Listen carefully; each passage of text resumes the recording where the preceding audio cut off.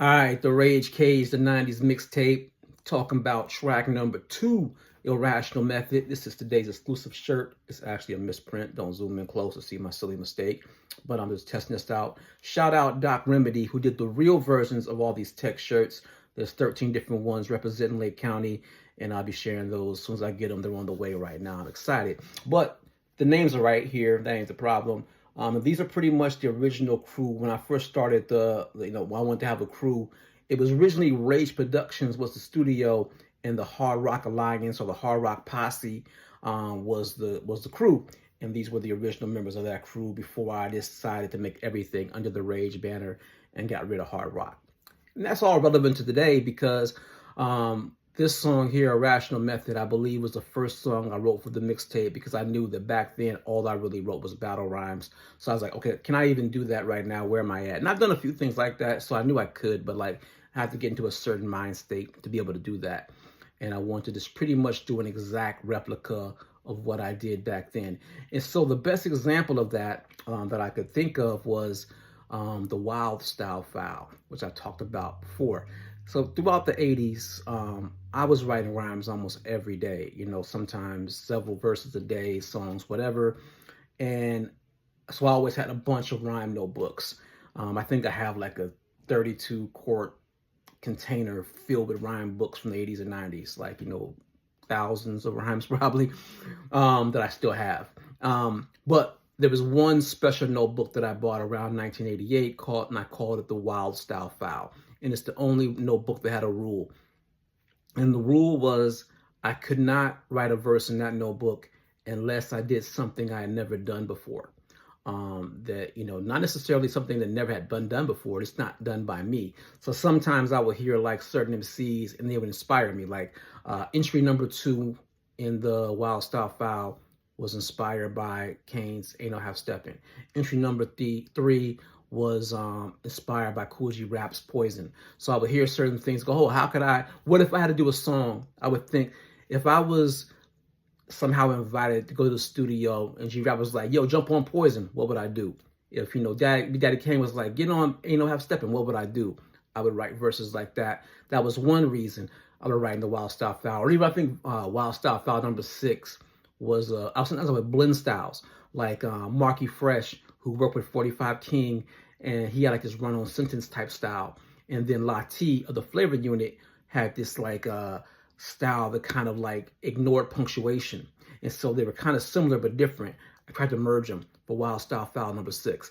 So I would do stuff like that or come up with my own things, and that was the Wild Style Foul. So basically, I went back and reviewed those lyrics, the Wild Style Foul. That notebook only ever got 9 entries.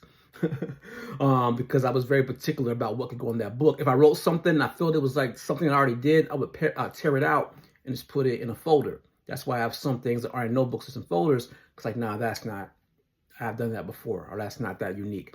So, and the other thing about the Wild Style Foul, this was like what really ended up making me stop doing it, is the other rule was anything in the Wild Style Foul couldn't go on a song.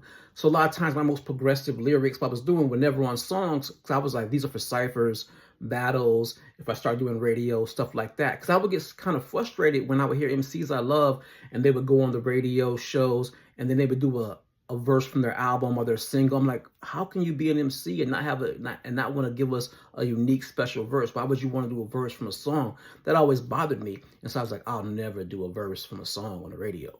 And if anyone ever listened to me on Time Travel, I never did a written rhyme at all. I think maybe once on the radio, those 7 years, I only rhymed off top of the head because I was like, I'm not doing something someone might hear on the radio. It's got to be unique. And so I had that kind of thing even for the writing. And so that Wild Style Foul had a very short shelf life. And then I just said, you know what, if I'm writing something that I think is really good, I should probably put it in a song. And so that kind of changed the whole thing. So I went back to those kind of rhymes and was able to grab inspiration, bits and pieces to put together this song, since it's like kind of a different character than who I am now. And that was pretty much, that whole battle rhyme persona was a character. It was like, it was my way that I felt, as a kid, I felt like I didn't fit in the world. And somehow when I started rapping, just before doing like typical party type rhyming of the early 1980s, and people liked it, I was like, wow, this is a place, a way that I can like fit in and be normal. So I just followed the blueprints of the people I like, and they were all like super over the top. You know, your Kumo D's and Tila Rocks and LLs and all those people who I just love. They were like battle rhymers. So I just kind of let me be that, and I can fit in that way. And so that's why the very first line of the song is break beats blend with my fractured soul. I'm saying that I'm this way because I'm trying to make up for something in life that you don't know about that I'm dealing with. It's kind of what I was back then. But I probably wouldn't say that in the rhyme back then. So it's showing the evolution of how I can do things now. So yeah, and like another clue of that is I say the rap ain't amazing. In fact, this is back to the basics. And that's a reference to my name. I was back then, the name was even over the top, the Amazing MC Cooley. But that was because, oh, I don't think I've ever said this before, but that was inspired by Sesame Street. My favorite book, one of my favorite books as a kid was this book, Grover-based book, the Amazing Mumford, who was a magician, and I love like magician names. I was like fascinated with magic and magicians.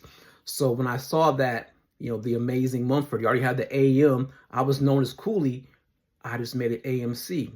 It's that it came from the Amazing Mumford. I don't think I've never told anybody that, but that's where that came from. And so I thought it was funny to be this like super hardcore battle rapper who had a name that came from a book about Grover and the Amazing Mumford. And so that's kind of what the irrational method is all about. And there's all kinds of little things in there. And the second verse kind of sheds that a little bit and goes to a little more about life, and it makes it not so over the top. It's a transition which leads to the next track because you go from a rational method into a wellness check, which makes sense. And we'll get to that tomorrow. Yeah, the Rage Cage. Trusting the vision that feels like I'm trapped in a prison, trapped in a prism from colors that I found on the spectrum, mixing the sectum, bend them any way I direct them. The mind is a weapon, the rhyme has a mind of aggression. I am an artist, never mind my actual profession. Time is a blessing, timing is a separate investment. You may suppress it, but you can never sever the essence. Forever connected, metaphors, most wouldn't catch it. I don't expect it, humility, pride is protected. But if you're feeling me, please keep buying the record. So trying to guess and focus on the style that's affected. Wild and reflected, effort of a rational method. Yeah, it's just a rational method. Wild styles, a rational method.